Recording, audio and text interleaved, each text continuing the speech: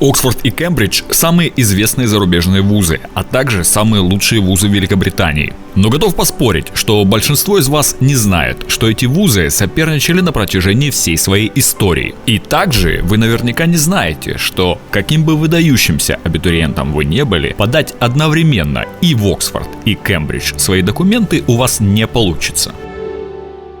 Соперничество этих влиятельных университетов началось еще до того, как высшее образование появилось в России. Оба вуза берут свое начало во времена Средневековья из мира монастырей. Точная дата основания университета Оксфорда является неопределенной, но существует мнение о начале обучения и преподавания, начиная примерно с 1096 года. Когда Генрих II в Англии запретил англосаксонским студентам учиться в Парижском университете в 1167 году, он заставил многих английских эрудитов вернуться на родину, тем самым очень быстро развив Оксфорд. Кстати, если вам интересно взглянуть на Оксфорд изнутри, посмотреть на то, как живут студенты в общагах и увидеть, где снимали Гарри Поттера, то смотрите мой выпуск из Оксфордского университета. Ссылочку прикрепляю в описании к данному видео. Кембриджский же университет, второй университет Великобритании по дате основания, расположен в одноименном городе в Восточной Англии. Согласно легенде, был основан некоторыми студентами в 1209 году после того, как они бежали из Оксфорда после скандала с местными жителями, который в итоге привел к крупным дракам. Напишите в комментарии, знали ли вы, как были основаны эти два великих вуза, и рассказывали ли вам об этом на уроках английского языка. Так как вузы соперничают, для них было даже придумано отдельное название, соединяющее в себе названия обоих университетов – Оксбридж. Название изначально было взято из романа Уильяма Теккера «Пенденис» и по сути было выдуманным, однако отлично подошло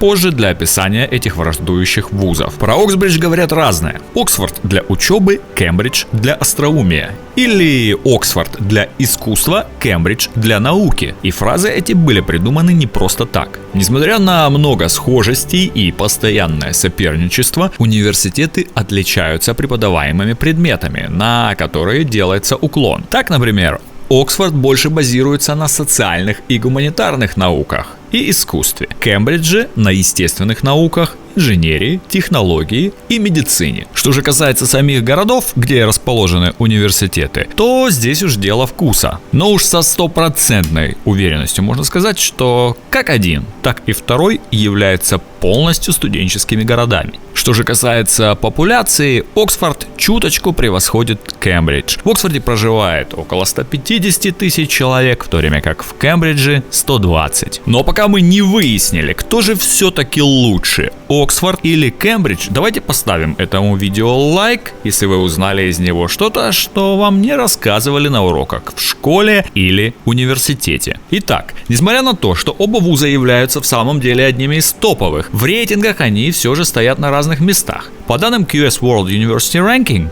2020 года, Оксфорд занимает 4-е место среди лучших высших учебных заведений мира, в то время как Кембридж 7-е. Однако в разделе «Академики и работодатели», в рейтингах есть разделы, Кембридж опережает своего братца, занимая 2-е место, в то время как Оксфорд занимает 3-е.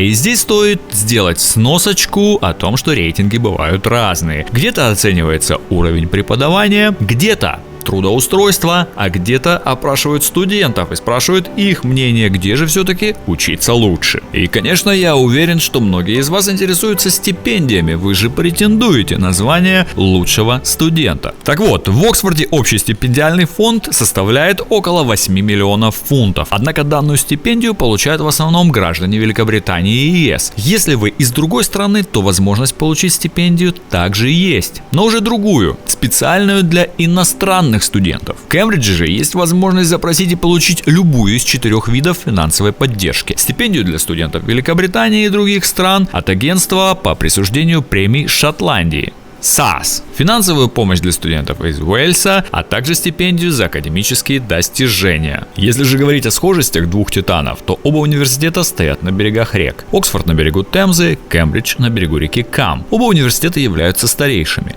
Выпускники Оксбриджа – выдающиеся люди. Из Оксфорда выпустились Стивен Хокинг, Маргарет Тэтчер, Оскар Уайлд, Джон Лок. Из Кембриджа – Исаак Ньютон, Фрэнсис Бэкон, Джон Милтон, Чарльз Дарвин, принц Чарльз Уэльский. На территории вузов есть их личные типографии и ботанические сады, что тоже делает университеты похожими друг на друга. В Оксбридже одинаковые требования для зачисления на бакалавриат, и заявку на обучение необходимо подавать 3 месяцами ранее, чем в другие вузы Великобритании. И в Оксфорде, и в Кембридже очень высокие оценки в многопрофильных рейтингах университетов Великобритании. Пусть места они занимают и разные, идут они ноздря в ноздрю. Говоря о вечной борьбе Оксбриджа, имеет смысл упомянуть также и регату Оксфорд-Кембридж, на английском языке просто Boat Race. Знаменитое соревнование по академической гребле, ежегодно проходящее по реке Темзе. Это гонка, которая проходит на расстоянии 6799 метров и требует значительных физических усилий. Цвета экипажей не только на одежде, но и на веслах темно-синие для Оксфорда и светло-голубые для Кембриджа. Первый заплыв был проведен в 1829 году, но только с 1856 года гонка начала проводиться ежегодно. Оба университета имеют также очень интересные и значимые факты. Вот некоторые из них. Именно в Кембридже Дарвин и Ньютон сделали свои открытия. А когда принц Чарльз ходил на занятия, то вместе с ним также ходил его телохранитель. Ну а в числе выпускников вуза 88 нобелевских лауреатов. Что же касается Оксфорда, то известная всем сказка «Алиса в стране чудес» была написана в стенах данного университета. А Толкин во время написания трилогии «Властелин колец» вдохновился именно видами Оксфордского университета. Позже, кстати, Толкин станет здесь профессором. Да, и эпизоды полюбившегося всем Гарри Поттера снимались именно в Оксфордском университете, в корпусе Кристи. Об этом я, кстати, рассказываю в своем видео «Тайны Оксфордского университета», ссылочку прикрепляю в описании к данному ролику. Ну и наконец стоит отметить, что несмотря на то, что оба университета ведут неустанную борьбу друг с другом, это не делает какой-то из них хуже или лучше, а потому независимо от того, какой бы вуз вы ни выбрали для обучения, здесь вы точно не ошибетесь. Если вам понравилось данное видео, не забудьте поставить ему лайк, это помогает в развитии нашему каналу. Ну а если вы еще не подписаны, то обязательно подписывайтесь. Впереди у нас много всего интересного из мира зарубежного образования.